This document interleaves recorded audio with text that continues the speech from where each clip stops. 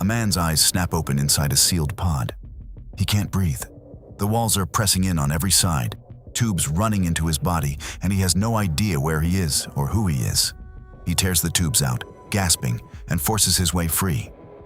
The pod hisses open, and he tumbles onto a cold metal floor. He's alone. The room is dim, humming with the low vibration of a massive machine. Numbers are tattooed on his arm. He peels away dead skin and finds a locker with a name on it. Bauer. That must be him. Inside, he finds clothes and a photo of a woman he doesn't recognize. But something about her face triggers a feeling he can't place. 2 other pods sit nearby. One is empty. The name on it reads Cooper. The other pod is still sealed with someone inside. Bauer gets dressed and looks for a way to open the pod. He tries the door. Locked. He smashes an iron bar against the glass, but it barely scratches the surface. He's trapped in a room with no memory, no way out, and no idea what's happened. Then a power surge shakes the entire ship. The sealed pod cracks open. A man named Peyton crawls out, just as confused as Bauer. Neither of them can remember the mission, the destination, or how long they've been asleep. But Peyton is a lieutenant. Bauer is an engineer. And something is very wrong with this ship. Peyton gets a nearby command station running on backup power. He tries calling for help. No one answers. Then they hear something moving in the vents above them. And whatever it is, it's getting closer. Peyton decides they need answers. He sends Bauer into the vents while he stays behind to guide him by radio. The vents are a nightmare. Endless tubes running in every direction, tight enough to trigger the claustrophobia that already has Bauer on edge. He crawls for what feels like forever, convinced he's going in circles. Peyton calms him down over the radio just long enough for Bauer to keep moving. Then the floor gives way. Bauer drops through a shaft, lands face first on a metal grate. The fall kills his radio signal. He lights a glow stick, and the green glow reveals something horrific right next to him. Cooper's body, decomposed. Whatever happened on this ship, Cooper didn't survive it. The grate breaks, and Bauer crashes into a storage compartment below. He's deep in the ship. Now, alone in pitch-black corridors that stretch endlessly in every direction. He spots a woman ahead, struggling with a door. He calls out to her, but she bolts. He chases after her and sees a figure standing still in the corridor. He shines his light on it, thinking it's her. But it's not. It's a man, hanging from the ceiling with his stomach torn open. The woman attacks from behind.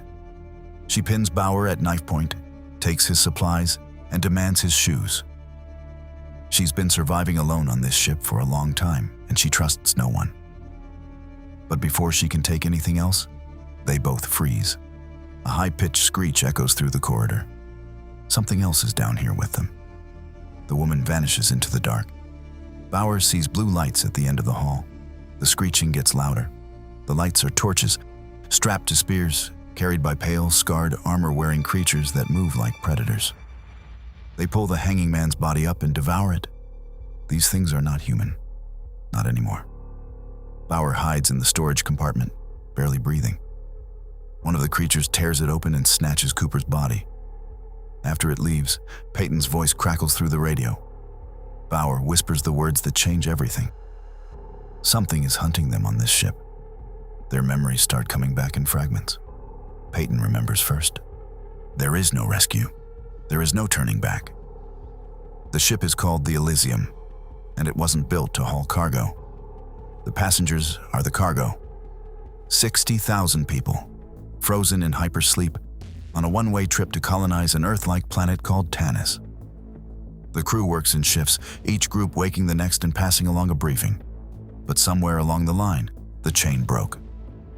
Bauer gets a flash of childhood memory, watching the discovery of Tanis on television with his family, the hope of a new world. Then another memory hits him harder. His wife. Families of the crew were allowed on board. She could be somewhere on this ship right now, surrounded by those creatures. He needs to find her. But Peyton talks him down. If Bauer can reach the reactor and restart it, the ship's power comes back online. The reactor has to come first. Bauer finds a security room and straps a non-lethal riot gun to his arm. Back in the corridors, he spots another body hanging from the ceiling. He thinks he's losing his mind because it looks like the same one from before. But this man is different. This man is still alive. His name is Shepard, and he's been alone on this ship for a long time. He covers himself in oil to mask his scent from the creatures. But before Bauer can get any real answers, blue lights appear at the end of the hall. The creatures are back, and they're fast. The chase is brutal. The creatures carry bladed weapons and move like they were born in these corridors. They string Shepard back up before Bauer can reach him. He fires his weapon, but a glass partition blocks the shot. Through the glass, he watches helplessly as the creatures tear Shepard apart. Then, they notice him. Bauer runs blind through the ship until he slams into another survivor, a man named Mon, who doesn't speak English but understands the situation perfectly. He helps Bauer escape, and the two of them catch their breath in the dark. Mon's tattoo marks him as part of the agriculture crew. He's been surviving down here on his own terms, and he clearly knows how to fight. Bauer finds a cluster of housing containers that someone turned into living quarters. The woman from before attacks him again, knocking him from a ledge. But this time, instead of robbing him, she asks if he's okay. Mon steps in to defend Bauer, and the three of them nearly come to blows before Bauer fires a shot into the air. Her name is Nadia. She's a biologist from Germany who spent 7 years collecting genetic samples for the mission. He tells Nadia what she already knows. It's been every person for themselves on this ship for too long. But solidarity is the only strategy that works now. He needs to restart the reactor, and she knows the way. Nadia is cynical, and she doesn't trust easily. But when she learns Bauer is on the flight crew, she agrees. If he can fly the ship, he can land it. Nadia leads them deeper into the ship and through a sealed chamber filled with embryonic pods, livestock, wildlife. Earth's entire biosphere is preserved for the new world. The ship isn't just carrying people, it's a Noah's Ark. Nadia has been protecting this room for months. 5 of them started. She's the only one left. She tells Bauer she can remember every system in this vault, but she can't remember where she grew up or her brother's name. The hypersleep erased pieces of who she was. She offers Bauer a grasshopper to eat. Protein, she says. He takes it. Mon watches in disgust. Nadia leads them through the civilian pod section. Most of the pods are empty. This is the creature's hunting ground, and they move through it fast. Mon senses something behind them and stops. Nadia says they should leave him. Bauer hesitates, but they have no choice. They keep moving. Then the floor swallows them. Bauer and Nadia crash through a grate into a massive pit. When he lights a glow stick, the green light reveals a nightmare. Bones, thousands of them. A creature appears above them, sensing its prey below. As soon as it leaves, they climb out. But then the creature suddenly returns. It takes all of them, stabbing it repeatedly before it finally stops moving. But the other creatures were watching. Their leader roars, and the chase begins again. They pass a pod where a man is just waking up. Bauer tries to help him, but the creatures reach him first. They're seconds too late. The man is gone before he even understood where he was. Back at the command center, Peyton hears movement in the vents. He climbs up and finds a bloody hand reaching for him. A man named Gallo, naked and covered in slime, says he came from the bridge. He passes out, and Peyton pulls him to safety. When Gallo wakes up, his story doesn't add up. He claims the other members of his crew went mad from Pandorum, a form of space madness, and he was forced to eliminate them. But the blood on him belongs to someone else. He's paranoid, hostile, and convinced that Peyton is the one losing his mind. Meanwhile, the team finds shelter in a room covered in algae. A man named Leland has been living here for years. He's built himself a fortress, and he feeds them a meal made from the algae growing on the walls. He seems friendly enough, but what he tells them next changes everything. Leland explains what happened after Earth vanished. When the crew received the message that everyone back home was gone, one man snapped. He woke passengers from their pods and played games with them. He was their god and their devil. He drove them mad, turned them against each other, and sent them into the cargo hold to tear each other apart. Then he went back to sleep. And while he slept, the madness he planted grew into something far worse. Then Leland gasses the group unconscious. The friendly hermit has been surviving by eating anyone who wanders into his territory, humans and creatures alike. He hangs them upside down, begins sharpening his tools. He stabs Nadia in the chest and is about to carve her open when a power surge shakes the ship. Bauer talks fast. That was the last power surge. If they don't restart the reactor within the hour, the entire ship goes dark permanently. 60,000 people still frozen in pods will never wake up. Leland hesitates. Bauer tells him no one is going to judge him for what he's done to survive. Leland, showing a flicker of remorse, cuts them down. Back at the command center, things between Peyton and Gallo reach a breaking point. Gallo grabs the needle gun and turns it on Peyton. He wants off the ship. He forces Peyton to open one of the hypersleep pods and start the ejection sequence. Gallo climbs inside, ready to launch himself into space rather than stay on board. But Peyton is faster than he looks. Instead of starting the ejection, he locks the pod from the outside. Gallo is sealed in, pounding on the glass, and Peyton finally breathes. The reactor sits above a massive chamber where hundreds of creatures are sleeping. Bauer has to cross a catwalk to reach it, but the catwalk collapses under his weight. Mons grabs the rail to hold it while Nadia runs across to help.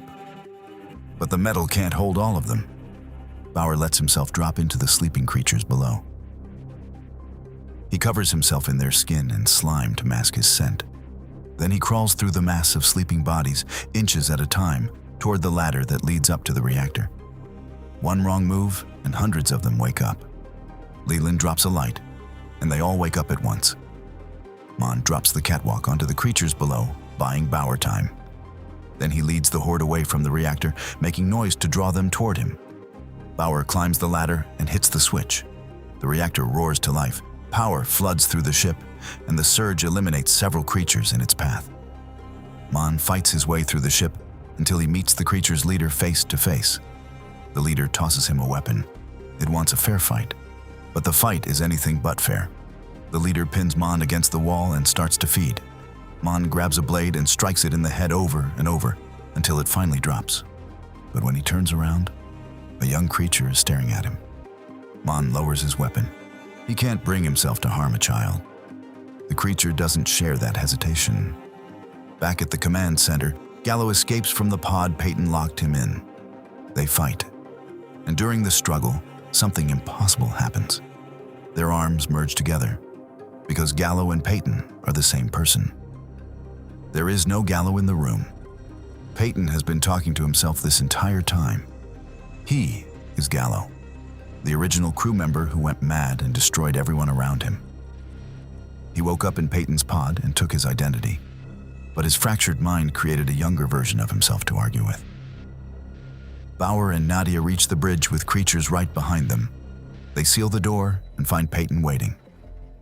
But Bauer remembers Peyton's wife. He remembers what the real Peyton looked like. And this isn't him.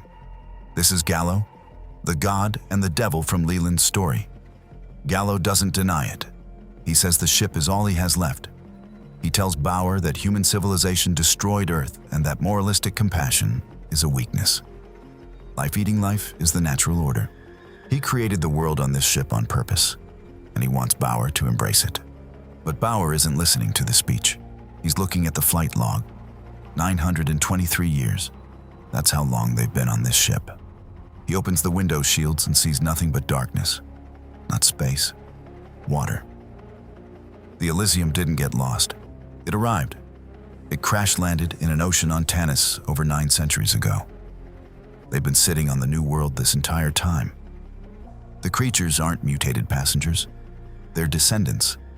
Hundreds of generations born and raised in the dark corridors of a dead ship, evolving to survive inside it. The game Gallo started with their ancestors became their entire civilization.